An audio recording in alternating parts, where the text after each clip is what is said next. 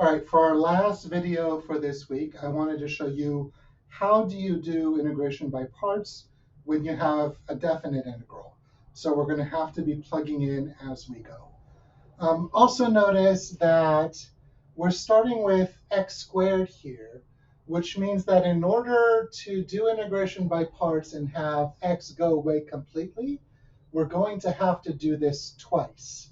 The first integration by parts will bring x down by a power of 1. The second one will bring it down by a power of 2.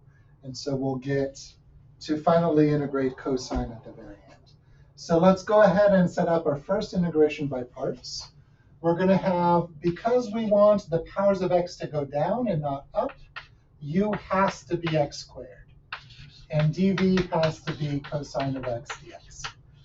This is OK because the antiderivative of cosine is sine, so it's not going to be hard to find v. It's just sine of x. And du is going to be 2x dx. So we have our pieces. The pieces work. Because we're not doing a u substitution, we're integrating by parts, we're not going to have to compute new bounds. However, we will have to evaluate as soon as we do u times v. So the way we write it is we do write our u times v. So we're going to do x squared times the sine of x. But because we're going to be plugging in, I'm going to put my evaluation vertical bar here. I'll go from 0 to pi over 6. So having my evaluation bar like this means that I'm going to plug in my pi over 6 to both and then subtract when I plug in 0. And then we have to subtract away the integral from 0 to pi over 6 of v du. V is sine x. Du is 2x dx. I'm putting parentheses around sine x so that it's clear that only x is inside the sine and none of the other pieces.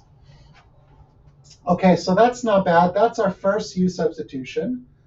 Now that I've done this uv integration by parts, I'm going to erase it because I want to plug in. And I can see that I'm going to need to do it again here. And again, this time we're going to want to do x is still going to be my u, because if I do it one more time, it'll finally go away. So that's my strategy. I'm going to stick to it. I'm going to double down. And first, I'm going to evaluate. So I'm going to get pi squared over 6. The sine of pi over 6 is actually just 1/2. And then since the sine of 0 is 0, I don't have to subtract anything away, because I would just subtract 0. And then I'll do minus twice the integral from 0 to pi over 6 of x sine of x dx. I'm just rewriting it because I like to have my x multiplying in front. It just looks better. So we're going to set up our second integration by parts, but on this piece. For this piece, we're going to have our u be x. Our dv will be sine of x dx. du will then be dx, which is great, because now we've gotten rid of x and all its powers. And v is going to be negative cosine of x. The antiderivative of sine is negative cosine. So we plug those in. And we get pi squared over 12 minus twice. And I'm going to put brackets here because this negative 2 has to multiply everything else. Inside, I have u times v. So I'm going to have negative x cosine of x. And this will have to be evaluated also from 0 to pi over 6, minus the integral of v du.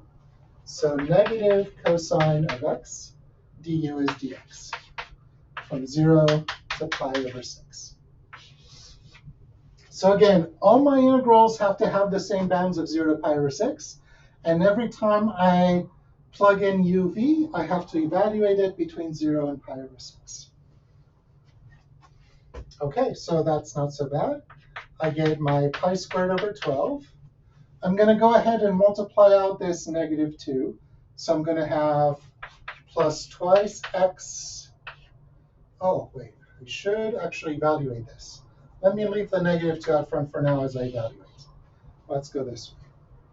So I have negative pi over 6 times the cosine of pi over 6 is root 3 over 2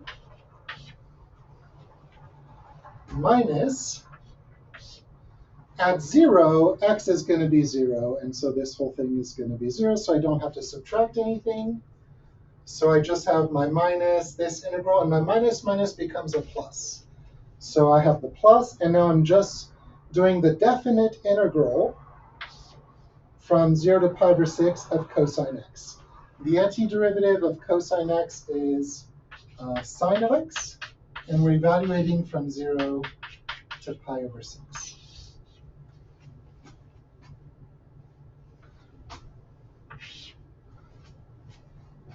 All right, we're almost done because now we just have to plug in pi over 6 into sine of x, which is 1/2, and sine of 0 is 0. So we get, as our final answer, pi squared over 12 minus twice negative pi root 3 over 12 plus 1/2. And that's perfectly fine. It's not going to get much prettier by multiplying through the 2. So as long as you have everything evaluated out and plugged in, this expression is perfectly fine as a final answer in my book. So have fun with these. Just be careful to evaluate and to plug in when you are done, and everything's going to work out. So that is the end of the videos for this week, and I'll see you next week.